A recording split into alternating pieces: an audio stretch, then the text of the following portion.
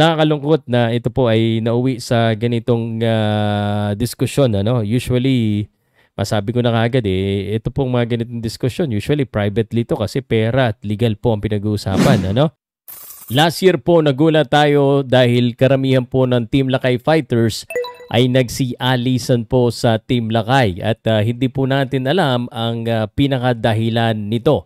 Ngayong araw na ito, lumabas po itong balita na ito sa GMA News Online na sinulat po ni JM Siasat na ang titulo po ay The Fall of Team Lakay, Managers Purse Cut, Cost Fighters Exodus. Pag-uusapan po natin yan at alamin kung ano po ang laman ng artikulo na yan. At pag-usapan po natin dahil po may sagot din po ang Team Lakay tungkol po dito sa mainit na issue na ito. So, hindi po natin babasahin ng buo in respect to GMA News para pupuntahan nyo po dyan. Pero papakita ko po sa inyo ang mga importanteng part po dito sa artikulo na ito na I think has been updated already because Team Lakay has already answered this article. Ano? Nakakalungkot na ito po ay nauwi sa ganitong diskusyon. Ano? Usually, masabi ko na kaagad ito pong mga ganitong diskusyon, usually privately to kasi pera at legal po ang pinag-uusapan, ano?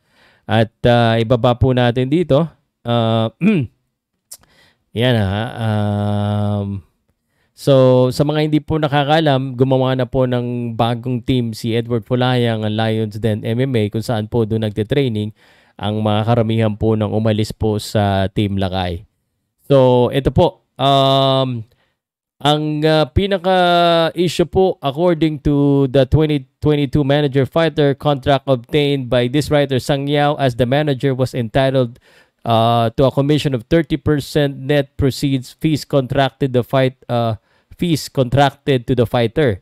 So, ang pinaka-issue po dito ay malaki daw ang cut ni Mark Sang Yao, allegedly 30%, tapos may cut pa daw po sa bonus kung sakaling may bonus, at sa sponsor ay kumbaga dito, the manager shall allot 50% share to fighter, 25% to the agent who has closed the deal of the sponsor, and 25% to the manager. Kumbaga marami pong hati daw ang nakukuha ng manager. So just in perspective, kumbaga ang ang sinasabi dito ay medyo malaki daw ang bawas. At sabi naman dito sa artikulo, standard industry rate is 10% daw lamang, sabi po ni Rolando D. dito po, no. Sa akin po experience, ako aminin ko sa inyo, meron po ako nakita kontrata talaga na 30%. So I don't know if 10% is really the industry for MMA.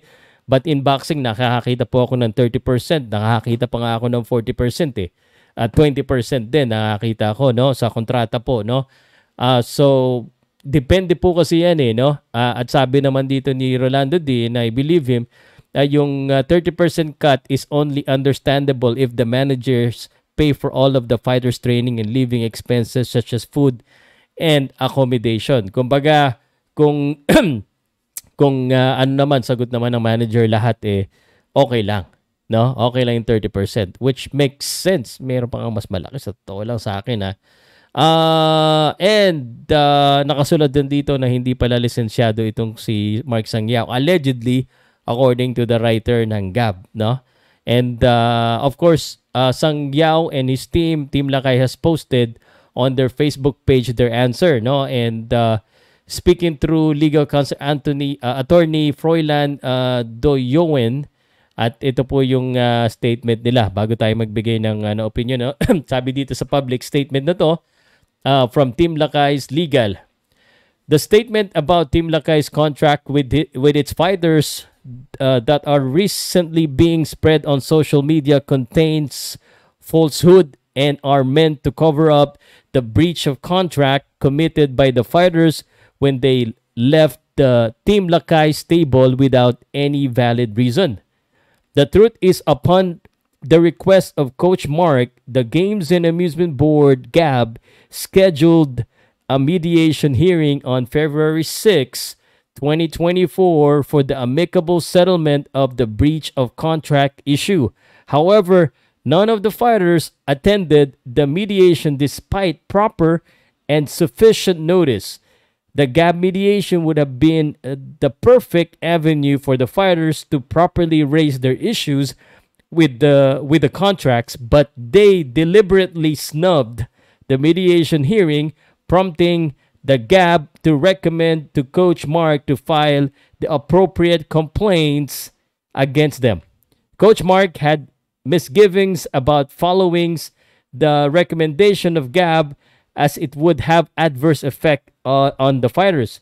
However, with these recent developments, Coach Mark is being compelled to undertake the necessary legal action to make the fighters be accountable for their breach of their contracts with Team Lakay. So this has become a legal issue now.